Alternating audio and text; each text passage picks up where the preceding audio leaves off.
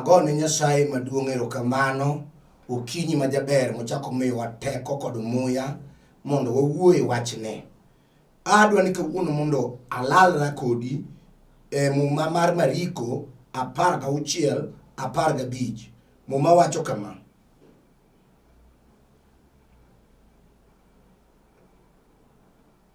Muma wacho,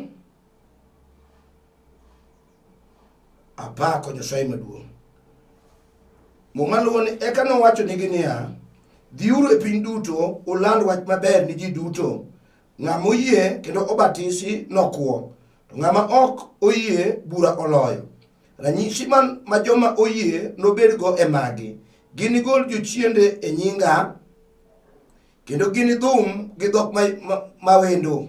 Bende ka gimako thuonde kata kapo ni gimadho kwiri moro marach, to ok ginihinyre ngang'.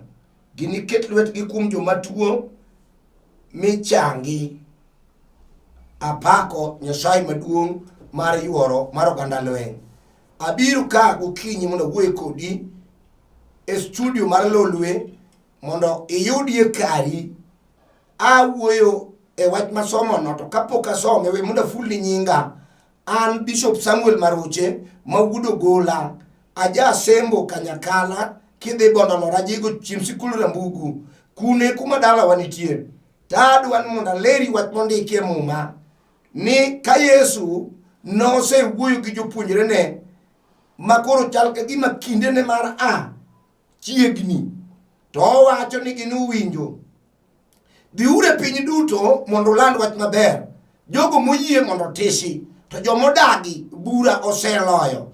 To magi ranyisi manolu jomoyie: ginigol jochiende e nyinga, ginitim honni gi ranyisi, ginidhum gi dhok mawendo, kata gimadho kwiri ok noneg-gi.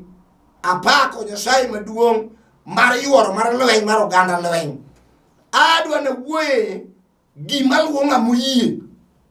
Ng'amoyie ni Yesu Kristo e ruoth mar ngimane, to ae richo ne owene, to ae Roho mar Nyasaye opong'e.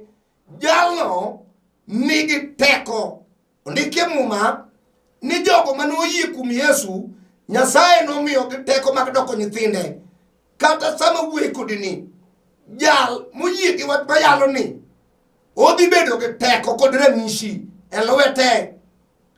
Muma wacho ni ng'ama oseyie gi nying ma en mar Yesu Kristo ja Nazareth, sa asaya miting'o dhogi miwacho ni Yesu Kristo e ruodhi, tekre Nyasaye kod lochne gi kukune gi duong'ne lwari e ngimani sano. Apako Nyasaye maduong', apako thuon mar thuondi. Nyasaye mwayalo ni en Nyasach ono. Tiende ni ka koro wuoye Nyasaye adier manochwe polo kod piny, nochako mana gi ono. Gik manowacho gi dhoge ne honore.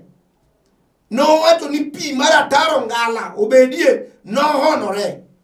Nowacho ni gode kod thim obedie, nohonore.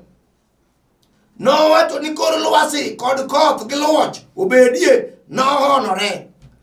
Nowacho ni lee mwanene bungu madongo kamoting'o liech, omuga kod simba, mago nohonore. Nowacho gi dhoge to nohonore. Matiende ni en Nyasaye ma jahon gik moko. Mae momi iluongi ni jabura mahono. Dwa ni chak winja kanyo mondo wadhi kodi kanyachiel, kik aweyi. E kinde mag jonabi, kachako gi Musa mawuod Yukabeth madhako, Nyasaye otiyo kode kuom honni gi ranyisi. Gima miyo Nyasaye bedo Nyasaye mopogore gi nyiseche mamoko en ni Nyasachwa timo hono gi ranyisi. Nyasachwa chango joma tuo matim neno. Emomiyo opogore gi nyiseche mag kabinde moko kata mag pinje moko. Opogore gi nyiseche mopa to dogo chwe to keti, ji lamo kendo yang'o nigi dhok gi diek gi rombe, to pok ne giwuoyo. Jotuo doja to chakoa ka gituo. Tapako Nyasach Israel, Nyasach Ibrahim gi Jakobo, Nyasach Isaka, Nyasaye matimo ono. Apako kingi manitie. Apako ja Nazareth. E kinde machon. Musa otimo ono. Omiyo nam onywero e mbele jo Israel. Malodo kotuo manono. Ogolo pi e Lwanda kama ibe ing'eyo ni onge gima nyalo wuokie machalo pi. Pi no wuokie e Lwanda ma ji omodho. Mano Nyasaye maono. Musa chiel nolamo. Mano wuokie polo molwar ma jo Israel ochamo. Mano ono. Nyiso ni Nyasach Musa Nyasach wa mwapuru wala mwenye kakawuno. To kanoti ono. Tinde to lal kanye jolweny. Matindi lera to jitua tuo ya. Ilere to kansa ki alsa. Podu ni utelemo. Ilere to joneki ni giro urini. Podo tue. Ilere to tasa ke migumba. Be podo maku ji utelemo. Kara mwala musadini to mane. Nikit Nyasaye mangeyo. Nyasaye matimo hono. Apako Nyasaye matuong. Tuong dog di Simba mato di Juda nyakwari Jesse. Elisha no timo ono. Kanaman odire. Kadendi osetimo do homo kuok. Dung di moro no. To nyako ma jatije ode. Ukone ni winjo. Kati pangri paredi. Kata indi joma goni charut. Kata indi misete lolwen mo mi arushi aloyo. To wati to mati otami go bunde. Wati ni otami asere ok nyale. Kata tong marabaja. Uguonyi. Kata jini e bura. Mar state. Ita ko gimi guonyi mi wuogo ko midhi. Jomunge ibonge yi. Dendi go duk. To nitie janabi puru wa piny Samaria. Miluongo ni Elisha. Dhi adhiya to gini dhi rumo. Matiende ni Nyasach Israel bedo identified gi hono kod ranyisi gi weyo richo. Apako msinga mar lweny. Dwa ni winja malong'o osiepna. Ng'ama wacho ni nigi Nyasaye nyaka kuong ware kubed gi Nyasaye no. Ng'ama wacho ni nigi Nyasaye nyaka yie ni Nyasaye no jahono gi ranyisi. Ema pod adhi kodi mos mondo winja kik aweyi. Apako msinga mar lweny. Elijah utimo ni madongo ibe ing'eyo. Onge gima ne ok otimo mane nyiso ni en gi Nyasaye mano ochwe polo ma ono gik moko e ngima dhano. Nyasaye maduong' onego miye winjo wadhi kodi kaachiel. Yesu ja Nazareth konyuol. Onyuol e yor hono. Onyuol gi dhako kende ka dichuo onge. Ajabu odongo ka chopo higni 30.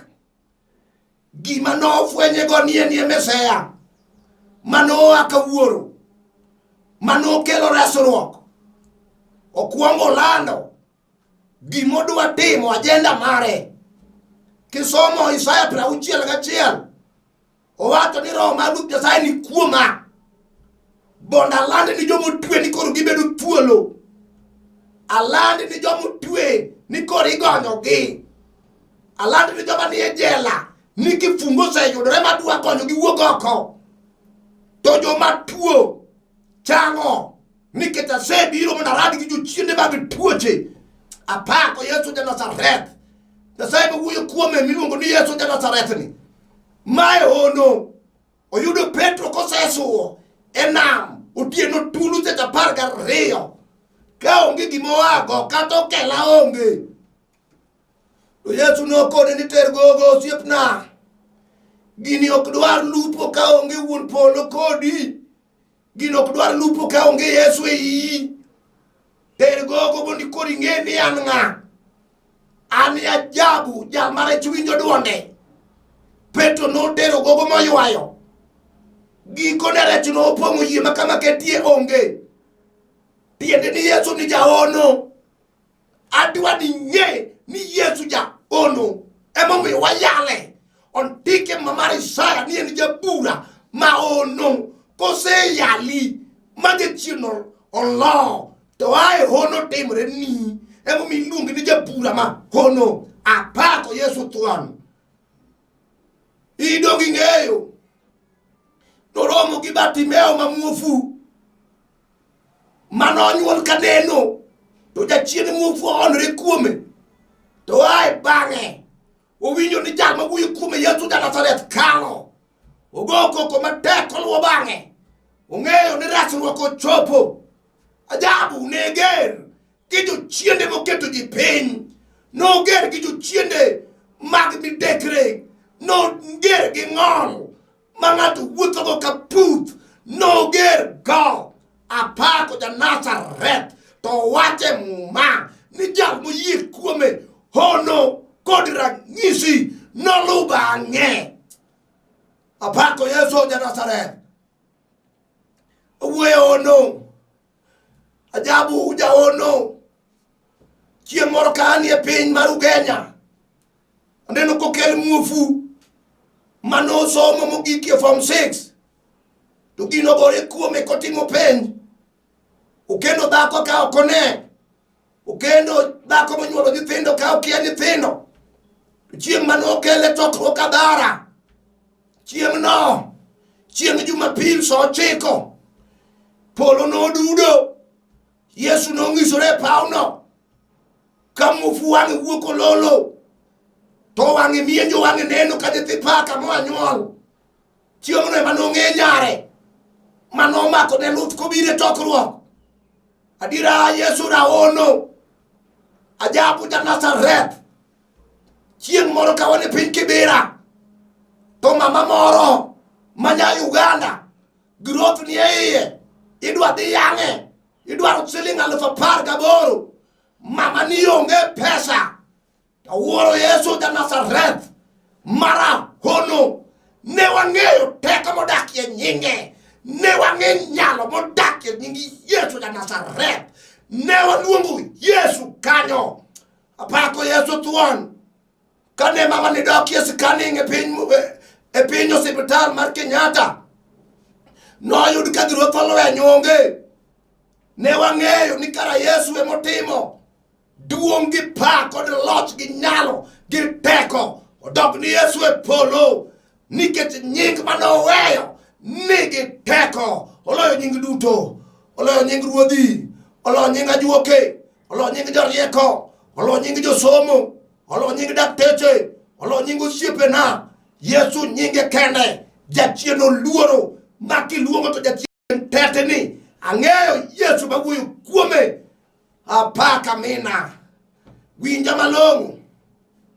Ine mikia ni Yesu timo hono. Winji ka wane piny Ndori. Wan gi Samuel Awuor ma wuod Kwago. Gapidi ma wuod Odielo. Gi James Aura ma wuod Ayod. Odhiambo chokruok duong' e piny Ndori. To nyathi miluongo ni Kenyatta. Kijana mosekalo nyaka kendo. Ma wuod Wadugu. Ma jasebo kakia. Ne korano e Ndori kanyo. Chiemo nogo. Yesu ne dwa ng'isre pap. Alanga ka ji neno. Chiemo nogo. Wuoyi no noringo matek ka wiyo timo rimba. Kadum madendo timo lam. Otimo mihutu. Na neno ka kijana ringo. Kalwari e pap rabidhi kama kachuo neno gi mon. Chiemo nogo jochiende mag neko. Noweyo jalno. Mane gi wuoyo magiya. Noliel wi kijana no moteri e baf moluoki. Kawuono ngima nigi dhako gi nyithindo 2. Owuoye Yesu maja hono. Manyalo timo hono maduong'. Apako Nyasaye maduong' mar yuoro. Maja Nazareth. Ere gima nyalo tamo Yesu. Obed kansa manie remo. Ere mineno ka nyalo tame. Onyalo wuothe oko. Obed arsa. Onyalo gole yimi kaki kiem kendo. Apako ja Nazareth. Apaka mina mar lweny. Samoro se ywak. Ineno ka ok nyalore. Pesa ni oserumo. Misedhi go osiptande tema Kenya ka ing'eyo. Kiwacho ni mane ing'eyo. Kiwacho ni ka ing'eyo. Ongo osiptal ma pok ilimo. Tuo pod othiro chunga. Winji. Dwar Yesu ja Nazareth. Mawuoyo kuome sani. Apako Yesu thuon. Apako jal manitie. Glory to God. Onge gima osetame. Obed kansa mar remo. Obiro dado gine i remo oko. Ing'eyo gimomiyo Yesu remo nochwere Kalvari. Bondo gik mikete i remo machalo tuo wuogoko Yesu miyowa nyinge kende hono maduong' mar polo Yesu da Nazareth jochiende mag unwa ung'eye jochiende mag sewe ung'eye jochiende mag lang'ogo jejo ung'eye jochiende mag onyango ung'eye jochiende mag sepe mag nyanam ung'eye jochiende mag mungo ung'eye jochiende mag mahia ung'eye jochiende mag dola gocholo ung'eye awuoyo kuom Yesu da Nazareth jal manyinge nigi teko apako da Nazareth duong' gi pako da loch gi teko odog di nyaka chieng' apako misinga mar polo apako jal manitie apako simba mar dhod Juda nodonjo chieng' moro achiel apako misinga mar polo odonjo marik ariyo dala moro maduong' ma ji osegeno rume wuoyi onge geno mon onge geno wang' odonjo e od jal moro ma ji nobiro mopong'o odno tuma onge kama inyalo kete luth to sano ne nitie jomoko 4 ma ng'atgi ne tuo gisethiedho gi yien mag ojulu mikawe bungu otamore gisenyaka biyo yien e agwata mago te kiteme go gotieno gokinyi ka chieng' pok owuok otamore gisetemo gi yien mag osiptal mibing'eyo mimuonyo kod pi osetamore giseteme gi sandan michuoyo e ler ta ichuo nyaka e ring'o mago te onge osetem gi juoke mogoye ajawa ma jomoko kor miriambo kuome mago notamore to giwinjo ni Yesu da Nazareth apako Yesu ni Kapernaum ne giwuok ka gichimo kuno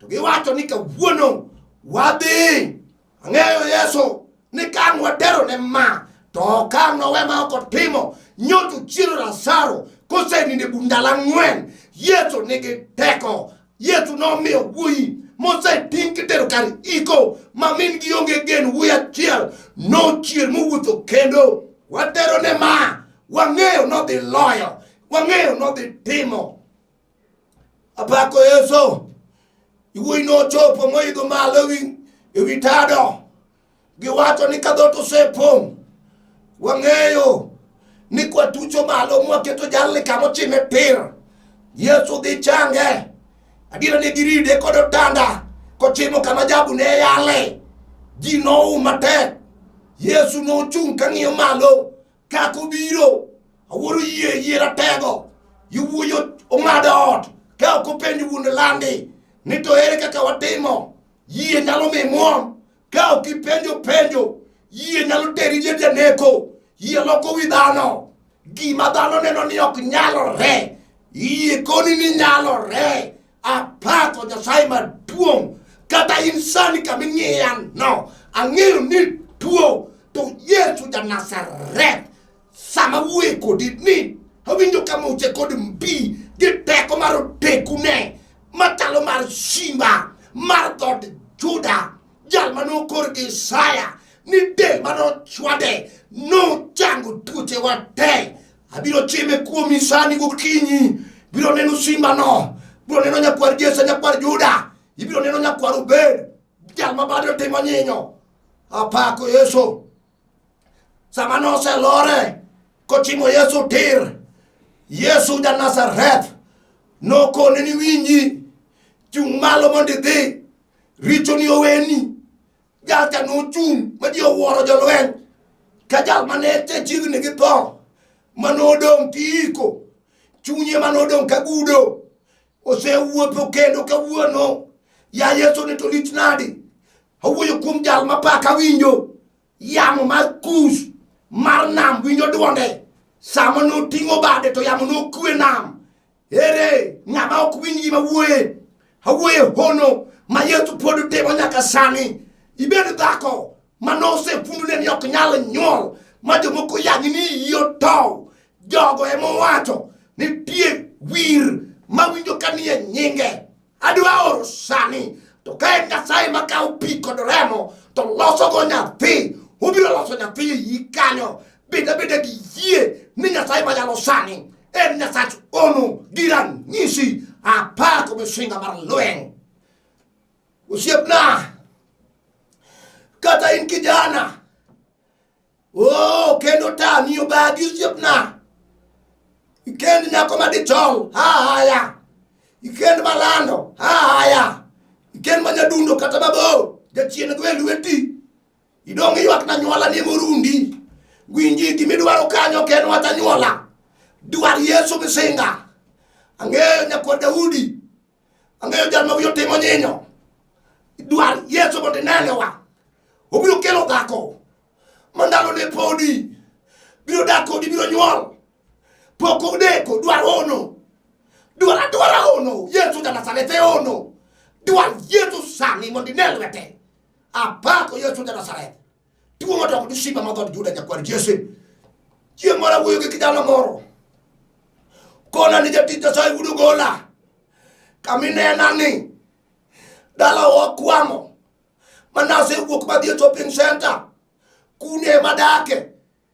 yaye, gima timo taman gi nyithindo madongo, kuma gedie onge, asetemo kuno pesa to kere akeya, aonge lo, jatich Nyasaye, asepero gima tim to tama, asedhira juoke korona magik mag miriambo, takoni ato kabi koroni, adwa mi nying achiel, mar Yesu da Nazareth, Yesu biro mi lo, biro mi ot midakie, ne walamo kode kanyo, bang' dweche auchiel, kijana ni gocho na ni jatich Nyasaye, ayudo lo ka ok ang'iewo, nitie jal moro mane oluonga tich, tatiyo ne maber, to kona nomera, lo e ami, na ayudo lo nuseka, ka ok achulo dururu, adakie piny moro, to gima mora, ni Nyasaye omiya lo ka ok achulo,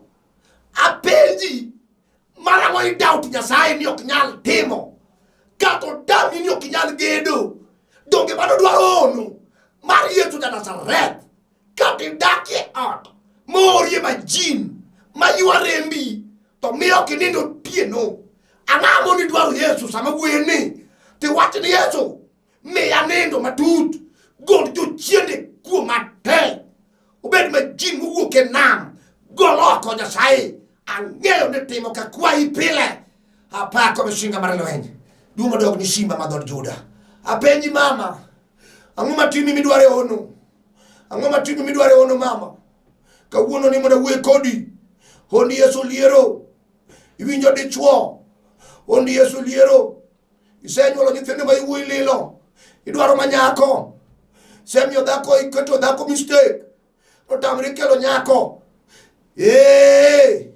awuoyo kodi winj duonda, nyingi Yesu kende, nyalo loko kodhi ei dhako, mokel nyako minegi wang'i, nyingi Yesu da Nazareth, nyalo loko koth dhako, makelo dichuo kata nyirie manitiega, awuoye hono maduong' manigi lwete, hono manyalo gamo gimoro to loko loka cha, hono no nenie abola mar Elisha, nogo nam ma jo Israel oyudo yo, hono no nenie ruodh Musa, nogoyo nam ma jo Israel oyudo yo, hono nitie jolweny, hono mawuoye kuome ni, mane Yesu, onge chieng' manipogi Yesu gi hono, onge kaka inyalo subtract hono kia kum Yesu, Yesu no sami yale, Yesu no sami puonje, Yesu no sami ting'e malo, Yesu no sami lere, to hono nyaka timore, apako Nyasaye maduong', apako Yesu maja hono, apako ja Nazareth, manobiro konyowa e jelni, manobiro kelonwa ng'wono,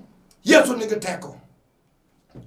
Paulo gi Sila kadie jela, iwuoyo sepako koro gikoni to ere, hono girito hono, chiemo no jela gotieno tir, no yaure mayuot thuondi, uwuok kapako Nyasaye ni yumwema, gikoni wuoth osetimo, ka Jehova nogolo gi e jela, do indi winja samoro inie jela, Nyasaye donge nyalo timo ni ono, wuodi no twe, maisha, chunyi moko, samoro ni wuoyi manyocha kelo pesa gi mwandu, chunyi osemoko, dwaro ono, sama wuoye kodini, adwani sim TV kanyo, sieme gi lweti, makora chich, kise sieme, turit hono mar Nyasaye, obiro donjo kuomi ka sitima, ibiro nene kata en tuo mose jogi, ibiro nene ka teko Nyasaye chwade kuomi kanyo sani, kata en adhola obiro chango sani e nying Yesu Kristo ka Nazareth. Adwa lamo kodi, bida kama intieno walam. Apako Yesu ja Nazareth, mawuono rang'isi. Ndike mo mani kato madho kiri marach ok notimo gimoro. Ne baba no Nyasaye, ne dichuo no ne kijana no. Odwaro hodu mari, osenyale, tipinyo osediye, tuocho oserane, mobedo rangere gwengi. Nyasaye maduong', ne mama maonge nyathino, sanie hono nyathie iye, iyor honu, jal maonge otono, gerne ot, mosethagi higni mang'eny, timne ng'wono Nyasaye, timne honu, Nyasaye timne jal mane nano honu, ting'e malo, kata ji osenyanya ni en piny, timne honu miting'e malo. Nyasaye dhiero kowang' kodwa, in kende emisingonwa gik mabeyo. Ondike mo mani jok moyie Jehova gini gol jochiende, to gini nyaka chang jotuo. Jehova timo ng'wono ne mamano. Apaki Nyasaye maduong'. Parna jotich Nyasaye kama nitie, parna Rembewa, parna jotich Nyasaye Ayubu, parna jotich Nyasaye mawuodo Ngede kamoro amora ma nitie. Jehova parna Collins mawuodo Dero, timne ono, parna Nyasembo Manyawera kanie piny Nairobi, mama mochung' gi wachni, par nyaka nyithinde, parna Eunice japuonj, itimne ono kamoro amora ma entie. Par jotuo manie osiptal, par mani kamoro amora, nyaka manie otanda, Jehova timnegi ng'wono. Parna Nyasaye, parna nyaka Niko Kelo kanie Lolwe, parna Lolwe mangima, pare Nyasaye ting'e malo, miye teko mondo sud kodhi mbele. Apaki nikech Nyasaye madiera e nying Yesu Kristo ja Nazareth. Amen. Kafulo nyinga an Bishop Samuel Maroche mawuodo Gola, aja Asembo Kanyakala, lora jego di skul Rambugu pen kotoyo kata kogola kanye kama antie gisani tatio tich Nyasaye piny Nairobi ka antie kama atio tich Nyasaye Olympic Kibera. Kiseto Olympic kol kiri Kibera Olympic kanye ma wantie bedo ni in kod lweny igochna nambani, kata in kod tuo igochna nambani mondo alam ni Nyasaye 07 400 87 57 5. Anuoyo 07 400 87 57 5. Kigoyo tibiro yuda, wabiro wuoyo kodi, abiro lamoni, ka en gimo nego wanere wang' gi wang', to wabiro tudre kaka watimo. Nyasaye mondo ogwedhi mang'eny. Shalom, shalom, shalom.